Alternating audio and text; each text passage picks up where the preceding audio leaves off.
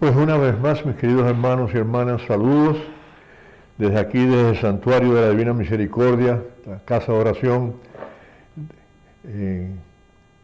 del canal de la Divina Misericordia en Miami, transmitiendo desde la Arquidiócesis de Miami. En este tema de hoy, que seguimos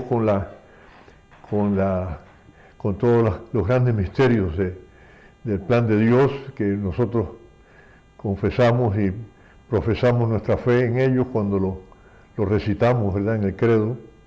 Pues hoy vamos a tratar el tema del misterio del perdón de los pecados. El perdón de los pecados. El pecado es una ofensa a Dios. Nos dice el Salmo 51, contra ti,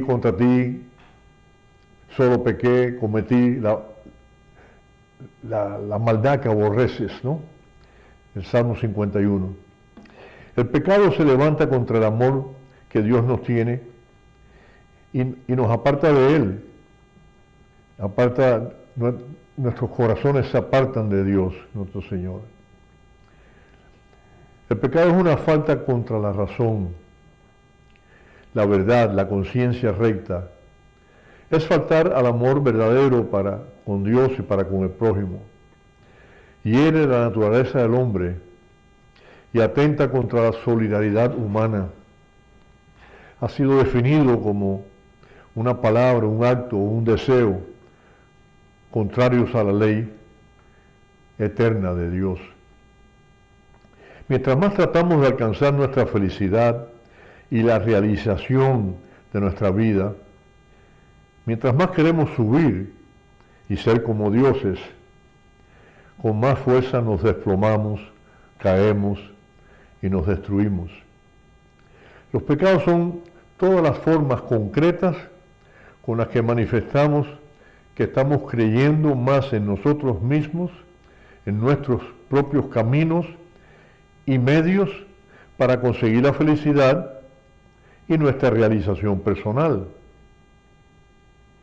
El pecado es básicamente no creerle a Dios, no creer ni creer en Él,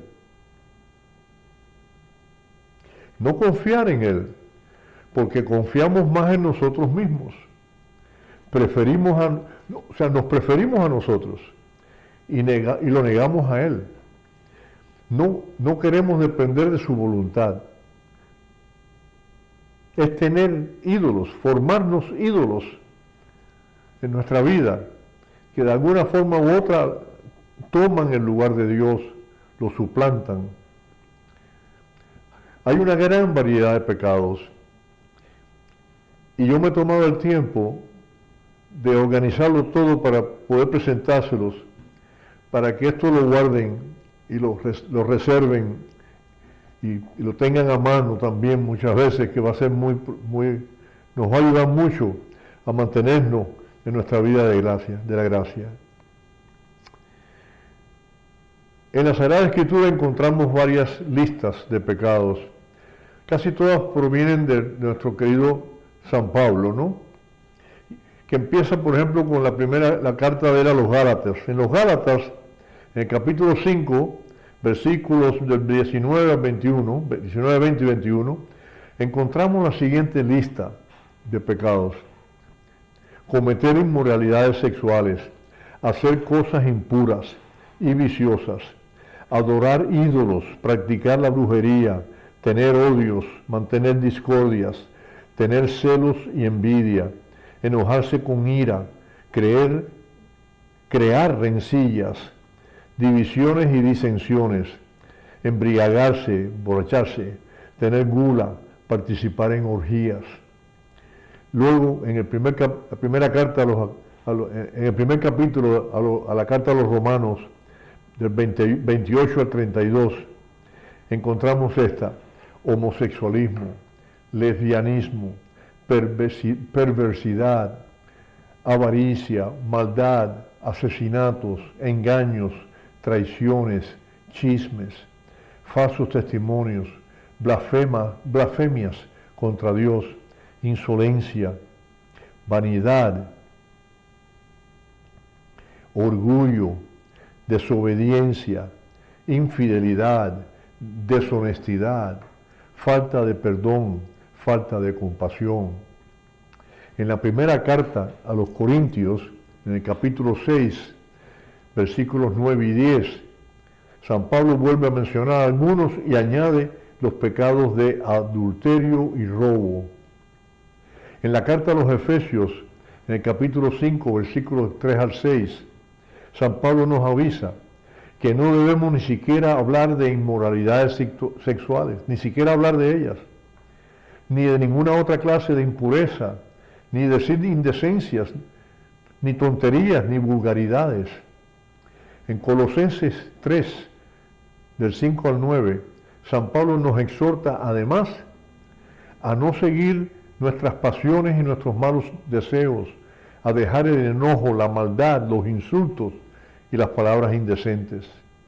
En sus cartas, en las dos cartas a Timoteo, en la primera, del capítulo 1, 9 y 10, y en la segunda, capítulo 3, 2 a 5, San Pablo le enseña a Timoteo sobre las cosas que van en contra de la sana enseñanza de Dios, mencionando que no debemos ser rebeldes ni desobedientes, no debemos ser irrespetuosos con Dios, no podemos matar a nadie ni jurar en falso, y no podemos ser traficantes de esclavos. Los vicios engendrados por la repetición de un pecado pueden ser clasificados también. Ya nos damos cuenta, que la vida no ha cambiado mucho el mundo, ¿no? Lo que nos relata San Pablo es desde del comienzo de los últimos tiempos, o sea, desde la iglesia primitiva, desde el nacimiento de Jesús. Y fíjense, si todos no están hoy presentes en nuestra sociedad, en nuestras almas. Entonces también hay una clasificación, la iglesia clasifica los pecados para que nosotros podamos familiarizarnos con ellos mejor. Aquellos que están engendrados por la repetición de uno, por ejemplo, pueden ser clasificados de acuerdo a las virtudes a que se oponen. Si sabemos cuál es la virtud, podemos identificar el pecado. ¿Qué sería lo opuesto a la pureza, por ejemplo? En la lista que hemos mencionado podemos encontrar las inmoralidades sexuales y muchas otras, ¿no? ¿Qué pecado se opone a la misericordia? ¿Qué pecado se opone a la misericordia?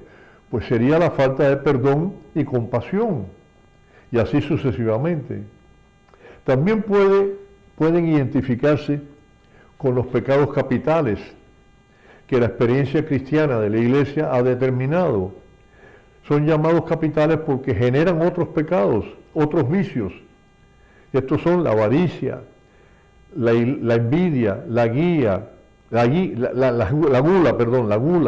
ira, la lujuria, la pereza y la soberbia. Y esta última la Iglesia dice que es la raíz de todo pecado, la soberbia. Ya se dan cuenta por qué, ¿verdad? Los pecados se pueden clasificar según los mandamientos que quebrantan, es decir, según se refieren a Dios o al prójimo o a nosotros mismos. El cumplimiento, por ejemplo, de los tres primeros pecados, de los tres primeros mandamientos, puede ayudarnos a restaurar nuestra relación con Dios. Si nosotros amamos a Dios sobre todas las cosas, si no juramos su santo nombre en vano y asistimos a la Santa Misa los domingos y en días de precepto, esto nos va a ayudar muchísimo a restablecer nuestra relación con Dios. El cumplimiento de estos cinco, este grupo de cinco, el cuarto, el quinto, el séptimo, el octavo y el décimo, si los cumplimos con ellos, nos ayuda a restablecer nuestra relación con nuestro prójimo. Por ejemplo, si nosotros honramos a nuestros padres, si no matamos, no robamos, no levantamos falsos testimonios ni mentimos, y si no codiciamos los bienes ajenos, esto nos ayuda a restablecer nuestra relación con el prójimo. Y si cumplimos el sexto y el noveno mandamiento, esto nos ayuda a restaurar nuestra relación con nosotros mismos. Acuérdense, si nosotros fornicamos y si deseamos la mujer o el hombre del prójimo, esto nos ayuda a restablecer esta relación. Pues acuérdense que por estar bautizados, nuestro cuerpo es un templo vivo del Espíritu Santo y por lo tanto debo preservarlo puro, sin manchas ni arrugas. También podemos clasificarlos en pecados espirituales o carnales, o también tal como cuando rezamos en el acto de contrición al principio de la Santa Misa, podemos referirnos a ellos como pecados de pensamiento, palabra, obra u omisión. La Iglesia también distingue la gravedad de los pecados. El pecado puede ser grave o mortal, puede ser leve o venial. Cuando nuestros primeros padres fueron creados, sus almas habían sido dotadas de la gracia santificante. En otras palabras, Dios habitaba en sus almas, gracia santificante o habitual. Dios habitaba en sus almas. Además, la gracia santificante venía acompañada de las virtudes y los dones del Espíritu Santo. El pecado mortal es una infracción grave de la ley de Dios, que podemos decir que nos mata espiritualmente. Nuestra vida espiritual muere, pues al hacerse imposible la morada de Dios en nuestra alma, nosotros perdemos no solo que Dios esté en nuestra alma, sino también perdemos las virtudes y los dones del Espíritu Santo. Solo queda en nuestra alma un remanente de las virtudes de la fe y la esperanza, que nos permite recapacitar, nos permite convertirnos, cambiar la dirección que llevamos en nuestra vida. La parábola del Hijo Pródigo, en el Evangelio de San Lucas, capítulo 15, nos enseña, me levantaré y regresaré a la casa de mi Padre. Es un hermoso ejemplo del arrepentimiento del hijo más joven, que le pidió a su padre que le diera la mitad de su herencia, ¿no? Que le pertenecía a él, ¿no? O sea, el ejemplo de arrepentimiento del hijo porque reconoce su pecado y del amor del padre que lo perdona, pero no tanto por lo que hizo, porque cogió y lo botó todo, se lo gastó todo, lo perdió todo, sino lo hizo por mantener la dignidad del hijo. Léense esa parábola. Recuérdense, la del Hijo Pródigo. El pecado mortal nos aparta de Dios, quien es nuestro fin último. Él es nuestro fin último, ya que fuimos creados para vivir eternamente en su presencia, compartiendo su amor y su divinidad y su felicidad. Dios no puede habitar en un alma en pecado mortal, pero Dios no nos abandona nunca. Por el contrario, nos ofrece su infinita misericordia a través de la fuente de su misericordia, que es el sacramento de la reconciliación, de la confesión, del perdón. En el diario de Santa Faustina encontramos varios pasajes relacionados específicamente con el llamado de Jesús a todas las almas para que se acerquen con confianza a la fuente de su misericordia y recibir el perdón de los pecados. Invita a todas las almas, le dice él a ella, a confiar en el inconcebible abismo de mi misericordia, porque deseo salvarlas a todas. 11:82. He abierto mi corazón como una fuente viva de misericordia, que todas las almas tomen vida de ella.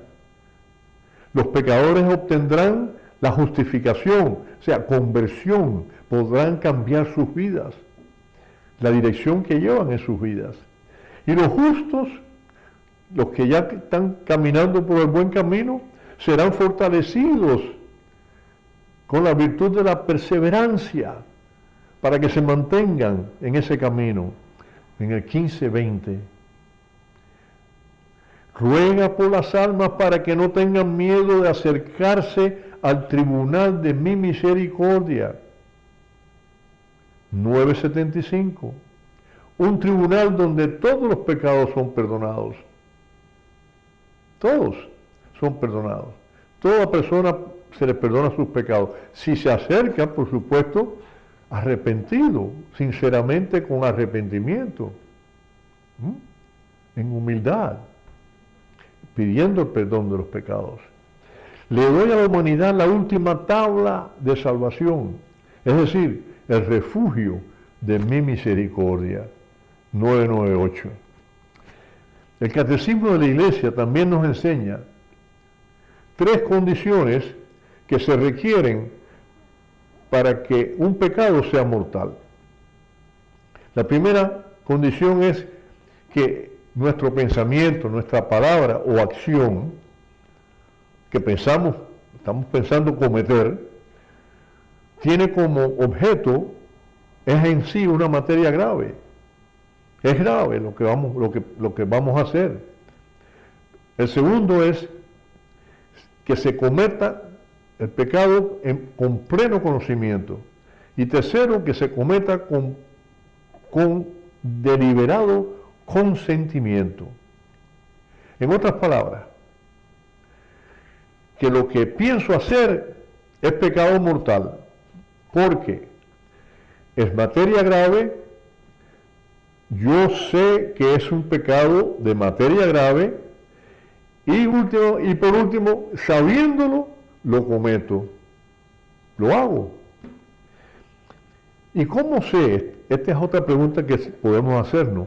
¿Cómo yo sé que es una materia grave? La respuesta es muy sencilla.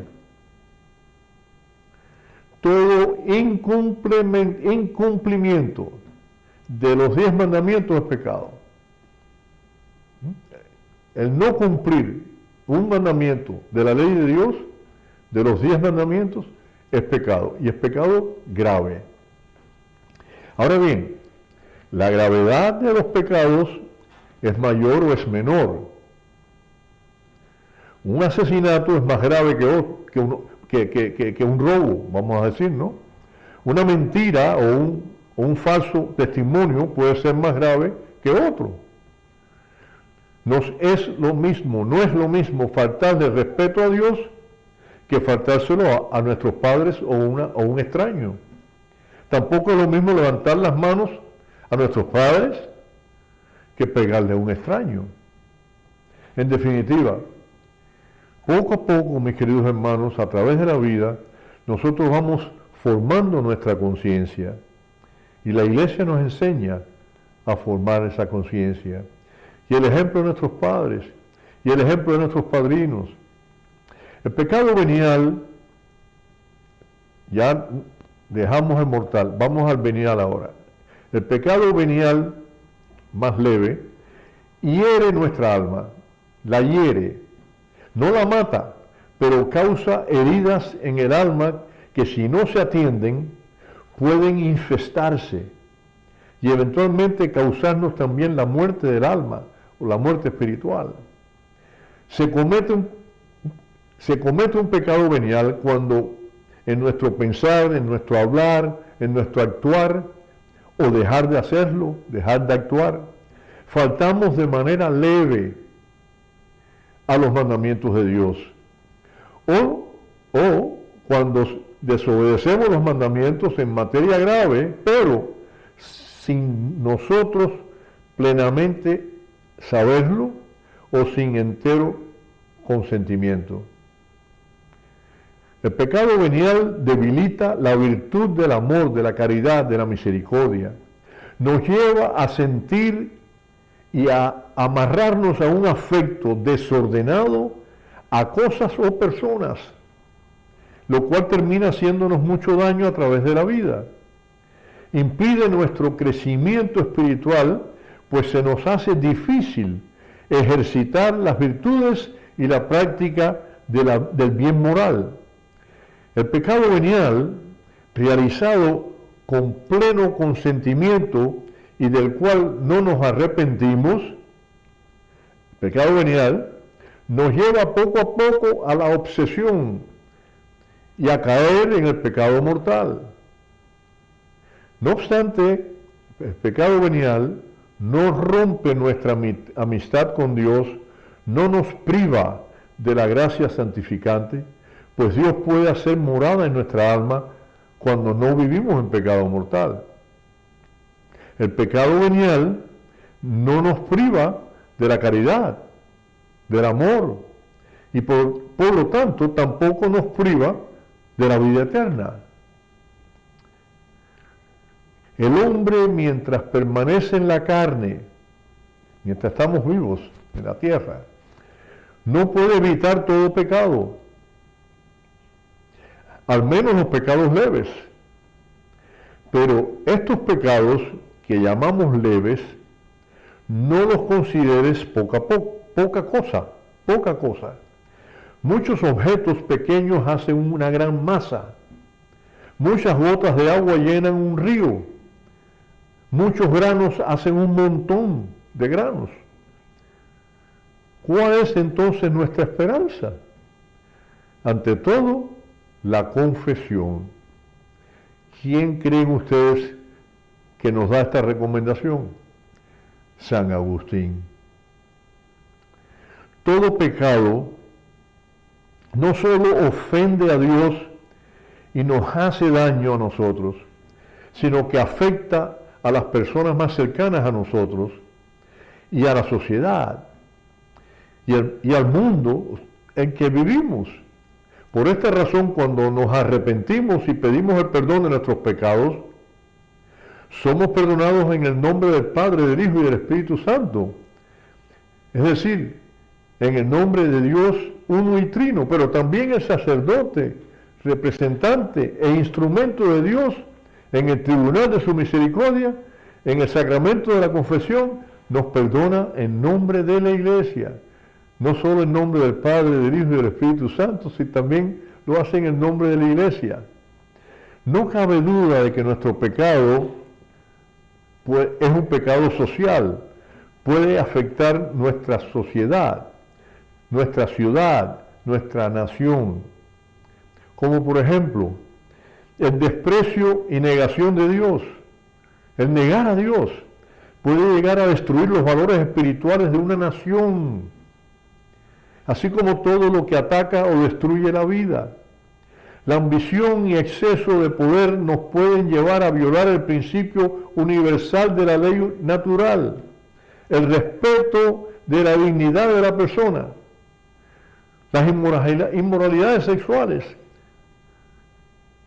que desprecian la dignidad de la persona, la infidelidad y el adulterio destruyen la primera célula de toda sociedad, que es la familia.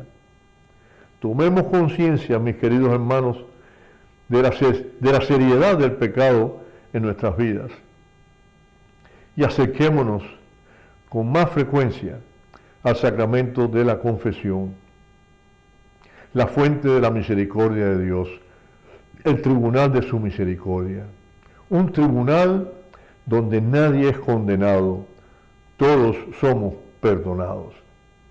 Acerquémonos, Señor, acerquémonos al Señor y recibamos el perdón de nuestros pecados.